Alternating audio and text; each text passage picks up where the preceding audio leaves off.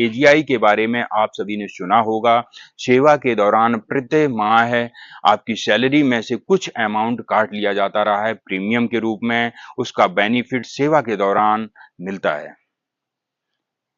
Retirement के समय premium के रूप में वन टाइम एक अमाउंट काटा गया है, उसका बेनिफिट सेवा के पश्चात कुछ वर्षों के दौरान यदि किसी पूर्व सैनिक की कोई दुर्घटना हो जाती है, आकस्मिक निधन हो जाता है, उस कंडीशन में उस इंश्योरेंस का लाभ किस प्रकार से मिल सकता है और कहां से मिलेगा, वो मैं आज आप लोगों को वीडियो के माध्यम से साझा करूंगा। एजीआई से संबंधित जो बेनिफिट हैं, इंश्योरेंस के बेनिफिट हैं, वो ले सकते हैं। चलिए दोस्तों, वीडियो में आगे बढ़ते हैं। वीडियो में आगे बढ़ने से पहले हमेशा की तरह अपने दर्शकों से एक छोटी सी गुजारिश करता हूं, जो दर्शक मेरे चैनल से जुड़ना चाहते हैं, पेंशन संबंधी किसी भी प्रकार की समस्या है या हमारे चैनल को पहली बार देख रहे हैं, तो हमारे चैनल से जुड़ने के लिए चैनल को सब्सक्राइब कर सकते हैं। एजीआई एक्सटेंडेड इंश्योरेंस बेनिफिट के बारे में आप लोगों को बता रहा हूं। 1 जनवरी 1981 से लेकर के 31 मार्च 1989 के बीच में जो सैनिक रिटायर हुए हैं, एजीआई का जो पैसा मिलता है उसमें से 580 रुपए वन टाइम नॉन रिफंडेबल है। जो रिटायरमेंट की डेट से अगले 15 वर्षों के बीच में या 70 साल एज होने तक, जो भी पहले हो, इस दौरान यदि किसी सैनिक के साथ कोई दुर्घटना हो जाती है, आकस्मिक डेथ हो जाती है, तो उसको 30,000 रुपए बीमा का लाभ दिया जाएगा। 30,000 रुपए उसको बीमा का लाभ मिलेगा। इसी प्रकार से अप्रैल 1989 से लेकर के 31 मार्च 1994 के बीच में जो सैनिक रिटायर हुए हैं, उनका भी 580 रुपए ही one time non refundable premium के रूप में कटा है। यहां पर बीमा की राशि को बढ़ा दिया गया है, जो कि 50,000 रुपए कर दिया गया है। बेनिफिट्स के रूप में आपको 50,000 रुपए दिए जाएंगे आकस्मिक दुर्घटना पर। इसी प्रकार से 1 अप्रैल 1994 से लेकर के 1 जुलाई 1999 के बीच में जो सैनिक रिटायर हुए हैं, उनका 3500 रुपए one time non refundable premium काटा गया है और इसका बेनिफिट रिटायरमेंट की डेट से लेकर के 20 साल तक या 17 ईयर्स तक, जो भी पहले हो, इसके बीच में यदि किसी सैनिक की कोई दुर्घटना होती है तो उसको बीमा का लाभ दिया जाएगा। वो बीमा की राशि 1 लाख रुपए यहाँ पर दिखाई गई है। और इसके अलावा जुलाई 99 से लेकर के 31 दिसंबर 2004 के बीच में जो सैनिक रिटायर हुए हैं, 6,800 rupees one time non refundable premium काटा गया है। रिटायरमेंट की डेट से 20 सालों तक या 72 ईयर्स एज तक, जो भी पहले हो, इसके दौरान यदि दुर्घटना होती है तो आपको यहाँ पर 1,50,000 बीमा का कवर दिया जाएगा।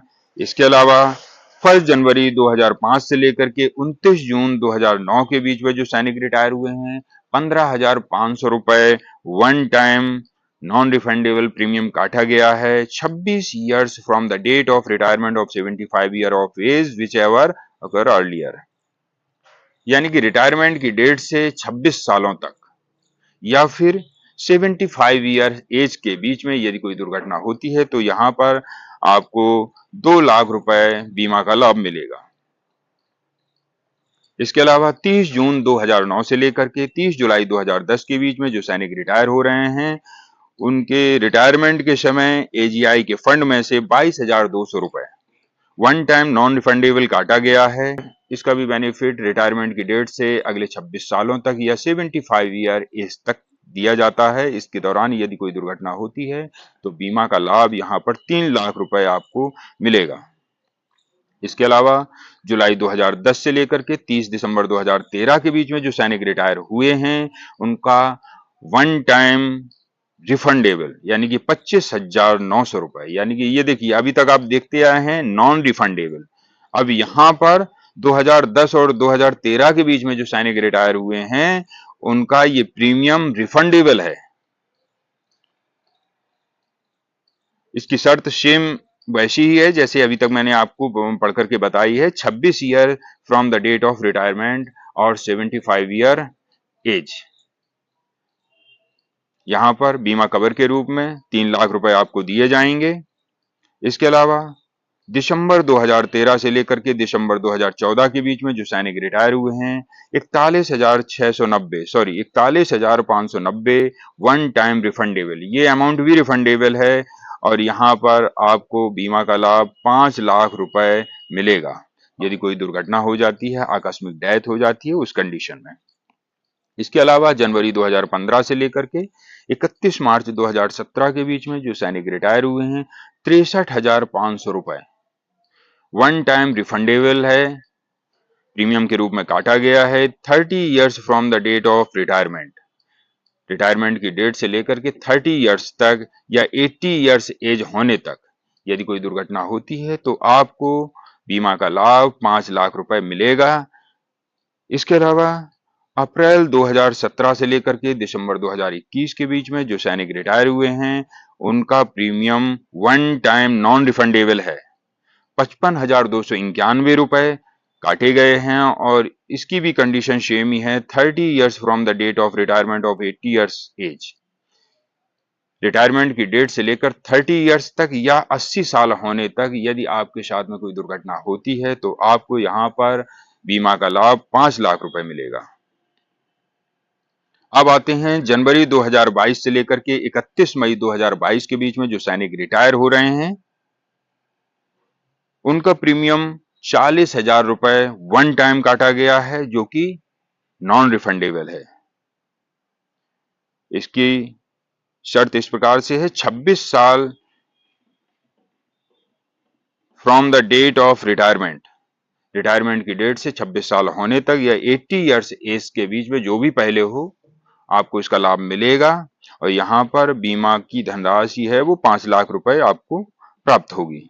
इसके अलावा जून 2022 से लेकर के अब तक जो सैनिक रिटायर हो रहे हैं, वन टाइम प्रीमियम 68,000 यानी कि 68,000 रुपए काटा गया है, लेकिन ये अमाउंट रिफंडेबल है और यहाँ पर बीमा का लाभ उनको 7,50,000 रुपए, कोई आकस्मिक दुर्घटना होती है तो 7,50,000 रुपए यानी कि 7.5 लाख रुपए का बेनिफिट आप लोगों को दिया जाएगा यदि कोई भी सैनिक परिवार जिनके परिवार में ऐसी कोई दुर्घटना हो गई है तो वो अपने एजीआई के बेनिफिट को प्राप्त कर सकते हैं। इस दौरान इस कंडीशन के अनुसार और इन शर्तों के अनुसार यदि किसी सैनिक की डेथ हुई है तो आप अपने बेनिफिट को प्राप्त कर सकते हैं एजीआई के माध्यम से, और ये अपने जिला सैनिक कल्याण बोर्ड के माध्यम से भी पत्र भिजवा सकते हैं या फिर ऑनलाइन भी आप पत्र भिजवा सकते हैं।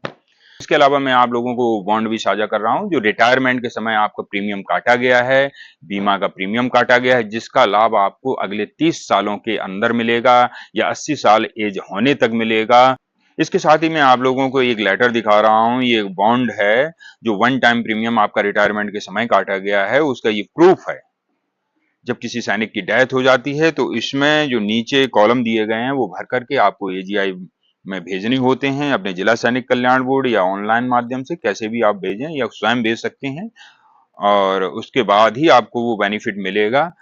तो आप स्क्रीन के माध्यम से देखिए, इसकी हेडिंग लिखी है extended army group insurance certificate to be surrendered on the date of insurant to AGI fund Rao Tula Ram Marg post bag number 14 Vasant Vihar new Delhi.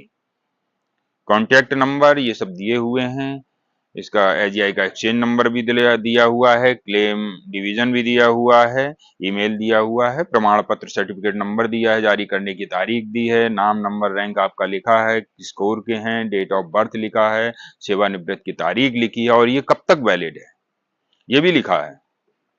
जैसा कि आप इसमें देखें 2021 से लेकर के 2050 तक ये वैलिड है, यानी कि रिटायरमेंट की डेट से लेकर अगले 30 सालों तक। और इसमें आपको कितनी रकम मिलने वाली है, कितना आपका काटा गया, आप यहाँ पर देख रहे हैं कि 55,291 रुपए वन टाइम जो कि नॉन रिफंडेबल प्रीमियम है वो काटा गया है और बीमाकृत रकम है वो यहाँ पर 5 लाख रुपए दर्शाई गई है।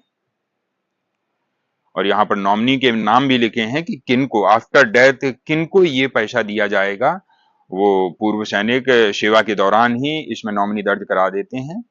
आप अपनी वाइफ का नाम लिखा सकते हैं, अपनी मदर का नाम, अपने बच्चों का नाम, किसी का भी लिखा सकते हैं, यानी कि 2 नॉमिनी इसमें लिखे होने चाहिए और वो इसमें आप लेटर के माध्यम से देखें दर्ज भी हैं। इसके बाद में जैसे ही पूर्व सैनिक की डेथ हो जाती है और आपको लगता है कि ये मेरे पास में बॉन्ड है और मुझे बीमा की राशि मिलनी चाहिए, नियम और शर्तों के मुताबिक ये बीमा की राशि आपको दी जाएगी। और इसमें आप देख रहे हैं नीचे कुछ एक कॉलम हैं, इनमें आपके जो फादर थे या हस्बैंड थे, उनका नाम, नंबर, रैंक इत्यादि, मृत्यु की तारीख, स्थान, ये सब लिख के वहां पर भेजना होता है और नॉमिनी अपने स्वयं के हस्ताक्षर करेंगे। इसके अलावा जैसे ही इसमें कुछ डॉक्यूमेंट लगा करके आप अपने जिला सैनिक कल्याण बोर्ड के माध्यम से एजीआई भवन को भेजेंगे इसके क्लेम के लिए, तो कुछ दिनों के पश्चात आपका पैसा आपके अकाउंट में आ जाएगा। आप इसे अपने जिला सैनिक कल्याण बोर्ड के माध्यम से भी भिजवा सकते हैं या फिर ऑनलाइन भी भिजवा सकते हैं। दोस्तों, यहाँ पर हमारे द्वारा दी जाने वाली जानकारी आप लोगों को अच्छे से समझ में आ गई होगी। फिर भी किसी सैनिक या सैनिक परिवार का कोई प्रश्न है तो हमें कमेंट सेक्शन के माध्यम से अवगत करा सकते हैं। यहाँ पर मेरी जानकारी समाप्त होती है। अगले वीडियो में नई जानकारी लेकर के फिर मिलूंगा। तब तक के लिए जय हिंद, जय भारत।